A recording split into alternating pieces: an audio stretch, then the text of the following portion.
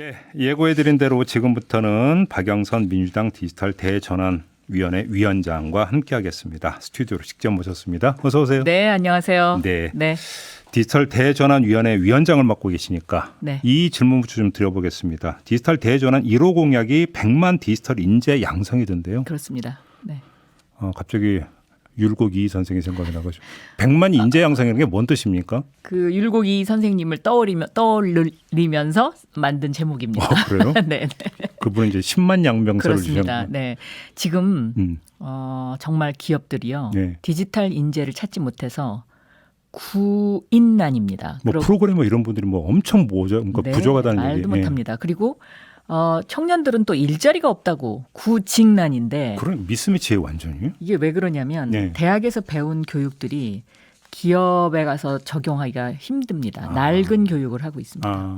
그러니까 이것을 기업 맞춤형 교육으로 바꿔줘야 하는데 네. 이것은 제가 보기에는 정부가 정말 깃발을 들고 나서야 되는 그런 상황이다. 그리고 이재명 후보는 할 수 있다. 저는 이렇게 생각합니다. 그러면 인재 양성소가 대학이 됩니까? 다른 또 어떤 기관이 되는 겁니까? 대학과 정부와 민간이 힘을 합쳐야 됩니다. 그러니까 예를 들면 대기업에서도 지금 이런 그 소프트웨어 인재 양성을 하고 있잖아요. 그러니까 그래야 이 빠른 속도, 변화의 빠른 속도를 따라갈 수 있습니다. 네. 네. 그래요. 네. 그래서 그럼 구체적인 청사진까지 지금 나온 겁니까? 그렇습니다. 양성 방법까지? 네. 네. 근데 그날- 시간관계에서 생략할게요, 그건. 그러니까 한마디로 요약하면 이렇습니다. 예. 그 이재명 정부가 되면 그 청년들에게 디지털 인재를 키우면서 교육비를 전액 지원하고 오. 네, 지원하고 취직이 되면 예. 일부 상환하는 그런데 취직까지도 책임져 주겠다 이겁니다. 이재명이 취직까지도 책임져 준다. 취직까지 알선을 해준다? 그렇다. 어허. 왜냐하면 정부에서 예. 그것을 서로 연계시켜 주면 되거든요. 이 연결의 기능이 없습니다. 그렇죠. 그렇습니다. 그 일을 하겠다는 것입니다. 그것이 이재명의 메타 정부입니다. 그러면 그 기업과 그러니까 그 취업하고자 하는 어떤 그 취준생들을 연결해주는 시스템은 무엇을 지금 그러니까 창구로 삼고 있는 겁니까? 현재는 중소기업 중앙회에서요. 네. 참 좋은 중소기업 일자리 플랫폼이라는 게 있긴 합니다. 그런데 그것을 제가 이제 중기부 장관 하면서 이제 그것을 만들어서 그걸 봤는데요. 지금까지 쭉 제가 점검을 하고 있는데 더 활발하게 이거를 미스매칭을 해결하는 그런 어떤 정부의 노력이 필요하다. 그걸 확대 개편하고 연결하고 이거를 좀 메타 정부로 좀 더 활성화 시켜야 되겠다. 네. 이렇게 생각하고 있습니다. 네. 그다음에 전 중소벤처기업부 장관의 견해가 궁금해서 여쭤보는 건데요.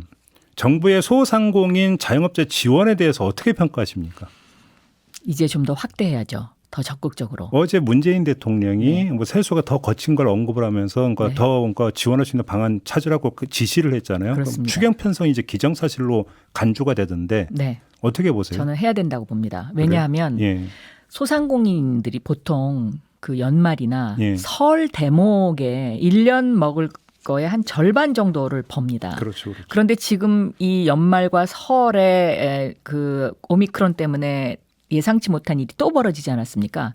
이거는 확실하게 지원해 줘야 된다. 저는 그렇게 생각하고 있습니다. 어제 저희가 박완주 정책위 의장하고 인터뷰를 했는데 이재명 후보가 했던 뭐 안 돼도 한 25 정도 돼야 된다. 그러니까 네. 당의 입장은 그러니까 그 정도 선은 돼야 된다라는 그러니까 박완주 정책위 의장은 그렇게 이야기를 하던데 그 장관님은 어떻게 생각하세요?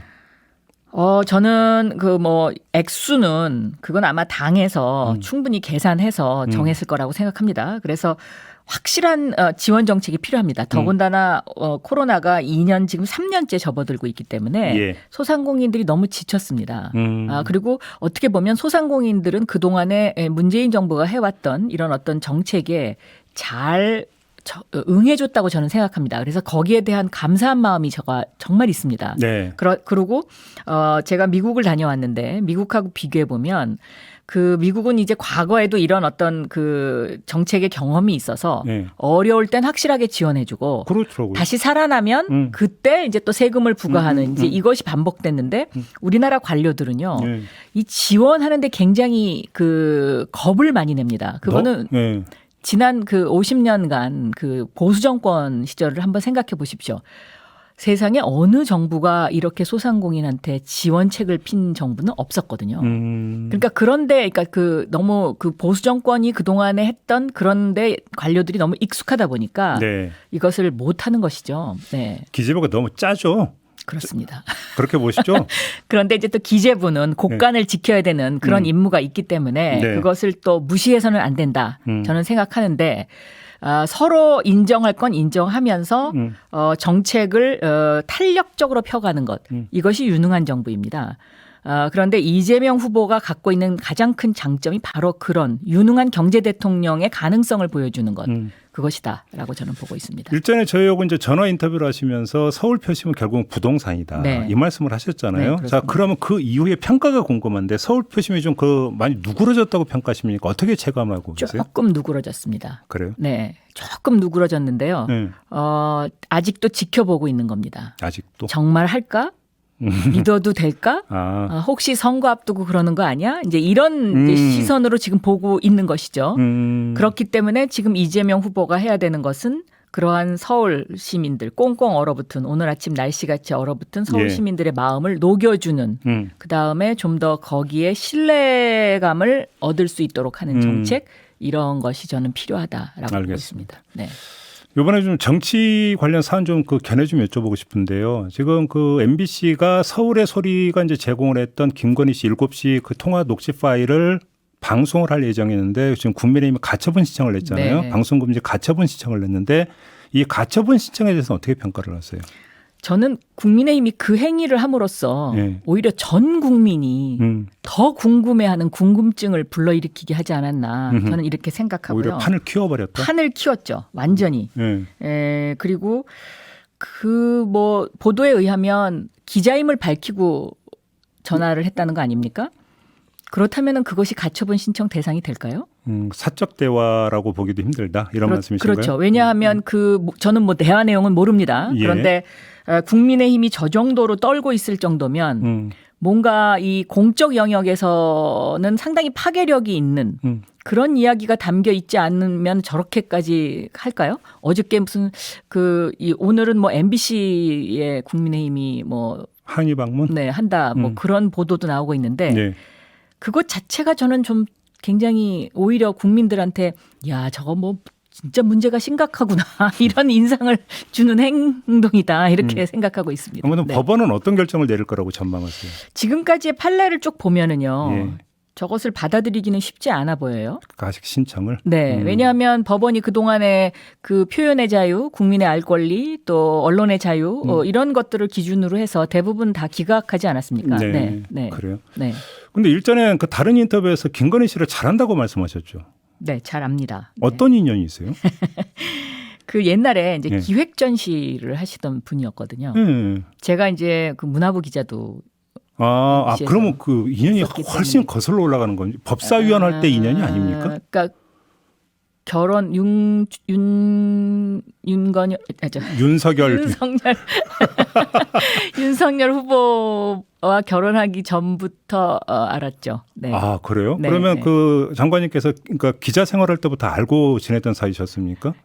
고 즈음입니다. 그러니까 그래요? 기자에서 정치인으로 막 바뀌었을 고 즈음. 네. 네. 어떤 분이라고 그러니까 그러면 생각을 하셨던 거예요? 뭐 그때야 뭐 그냥 기획 전시 하시던 분인데 굉장히 좀 뭔가 이렇게 도전적이다라고 저는 그렇게 느꼈습니다. 예. 네. 그건 나쁜 이미지는 아니고 오히려 이제 그 상당히 액티브한 이미지잖아요. 굉장히 액티브합니다, 실제로. 네, 네. 근데 그럼에도 불구하고 잘한다 그 캐릭터를 말씀하신 이유는 뭡니까? 그때도 그냥 질문에 답했는데요. 기획력이 굉장히 뛰어나죠. 네. 그러니까 예를 들면 이 녹취록 관련해서도요. 네. 그 기획력이 뛰어나신 분이었기 때문에 네. 그냥 뭐 이렇게 뭐 일방적으로 당한 것이다. 저는 그렇게는 생각하지 않습니다. 요번에 그 서울의 소리 이모 기자하고 통화했다라는 거? 네, 네, 네. 그것이 그냥 그 기자인지도 모르고 사적 대화인지 알고 그냥 대화에 응했을 그건 뿐이라는. 절대로 아닐 겁니다. 그건 아니다. 네, 거기에 그 기사도 오늘 아침에 제가 오면서 쭉 보니까요. 예. 뭐 그 서울의 소리의 그 대표님인가요? 그분이 이런 얘기를 하셨더라고요. 서로 간의 이해관계가 맞아 떨어져서 한 것이다. 이제 저는 그 말이 맞을 거다 이렇게 생각하고 있습니다. 그러면 김건희 씨 이해관계는 뭐였을 거예요, 그러면? 그분이 설명을 이렇게 하시더라고요. 서울의 소리에서 뭐 누구라는 사람을 이제 계속 취재를 하는 그 네. 과정을 알고 싶었을 거다. 우리한테도 정보를 캐고 싶었을 거다. 뭐 이런 이야기를 거기 그 기사에 그런 게 나와 그럼 이제 있던데요. 그 말 그대로 네. 진짜 통화 내용에 그게 있으면 있는지 없는지를 확인해 보면 되겠네요. 그거는. 모르겠습니다. 저는 그 그러니까요. 내용은 사실은 전혀 이 자리에서 그러니까 이 네. 통화 내용을 괜히 뭐 추정을 해가지고 넘겨짚어서 이야기할 이유는 제가 볼 때는 없을 그렇습니다. 것 같고요. 네, 제가 한 이야기는 이미 기사에 나와 있는 이야기를 지금 말씀드린 것입니다. 네. 그렇죠. 네. 아무튼 그 김건희 씨를 둘러싸고 여러 의혹이 계속 제기되고 있고 당에서도 계속 제기를 하고 논란이 되고 있지 않습니까? 이 문제는 어떻게 지금 그 진단하고 계세요, 장관님? 첫째요. 네. 전 세계를 다 털어서 대선이 진행되고 있는데 대선 후보의 부인이 선거에 나오지 못하고 있다. 선거 운동에. 네, 선거 운동에 나오지 못하고 네, 있다. 네.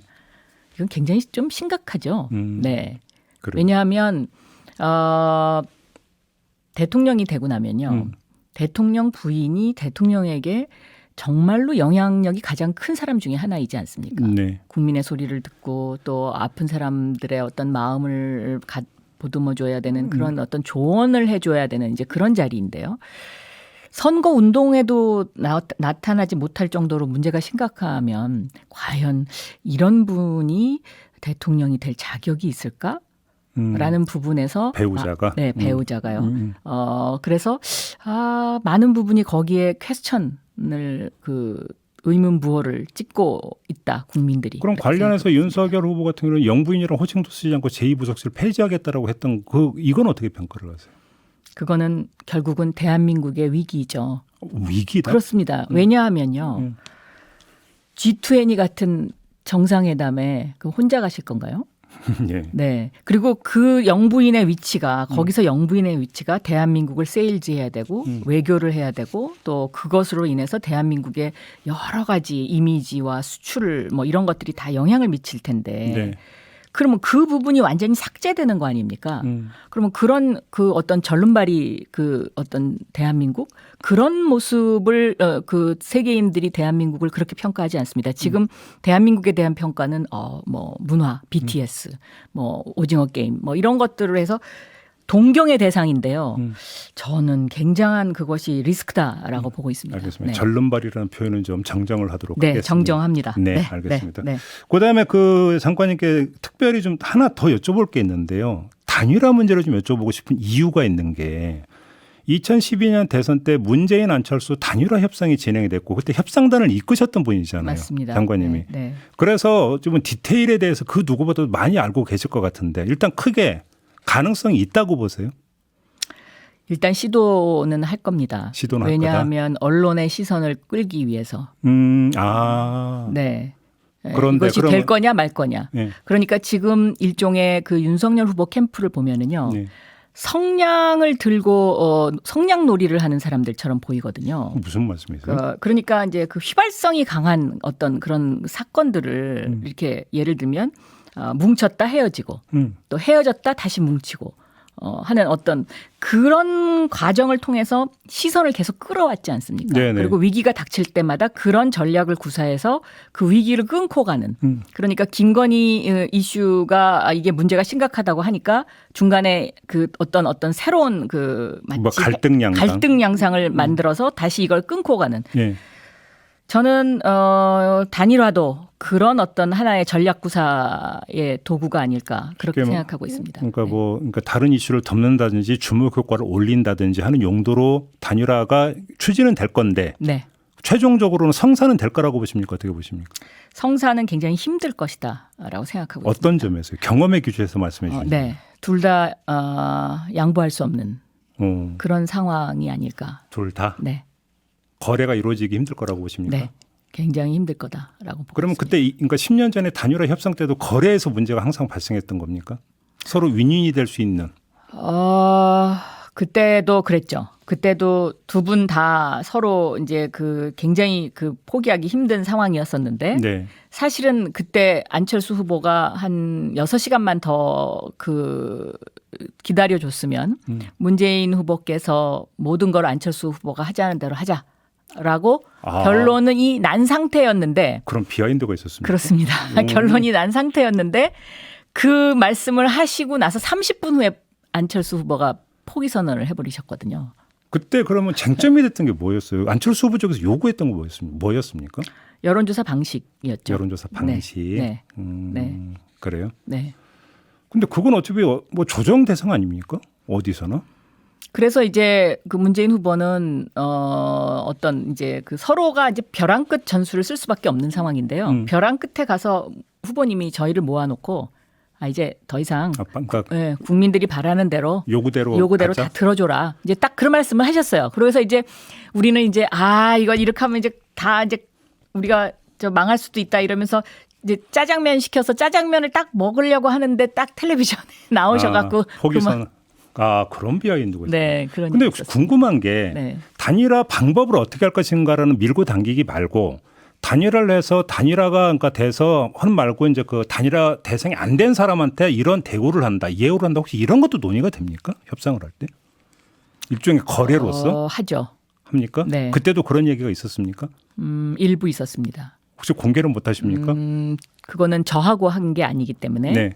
다른 사람하고 했기 때문에 제가 그 내용은 알지만 제가 이야기하는 건 적절치 않은 그러면 거죠. 예를 들어서 지금 국민의힘에서 뭐 나오는 공동정부라든지 이런 것들 그게 바로 그겁니다. 그런 게 그러니까 네, 이야기가 뒷거래이죠. 그래요? 네. 근데 그런 게 거래 품목이 될 수 있다고 보세요? 그러니까 그때 아가 아니라 그냥 지금 진단을 하신다면. 그러니까 예를 들어서 그 후보를 포기하는 사람 입장에서는 자신만 포기하고 자기 주변에 있는 사람들을 뭔가 주변을 챙겨야 되니까 그런 것도 있죠. 그래요. 네. 네. 그러니까 사실은 저렇게 단일화라는 것 자체가 바람직한 일은 아닙니다. 왜냐하면 뒷거래가 반드시 있을 수밖에 없거든요. 근데 또 그만큼 복잡하기 때문에 복잡하게. 상사가 예를 들면 지금 오세훈 그 시장실에도 왜 안철수 후보의 그 어떤 분이 들어가 있지 않습니까? 네네. 근데 실제로 그분이 들어가서 무슨 뭐 어떤 시너지 효과가 납니까? 안 나지 않습니까? 네. 알겠습니다. 참 여쭤볼 게 많은데 시간이 다 돼서 그렇습니다. 아쉬움을 안고 일단 여기서 마무리를 하고 나중에 다시 한번 모시겠습니다. 그러세요. 네, 고맙습니다. 네, 감사합니다. 네, 지금까지 박영선 더불어민주당 디지털 대전환위원장과 함께했습니다.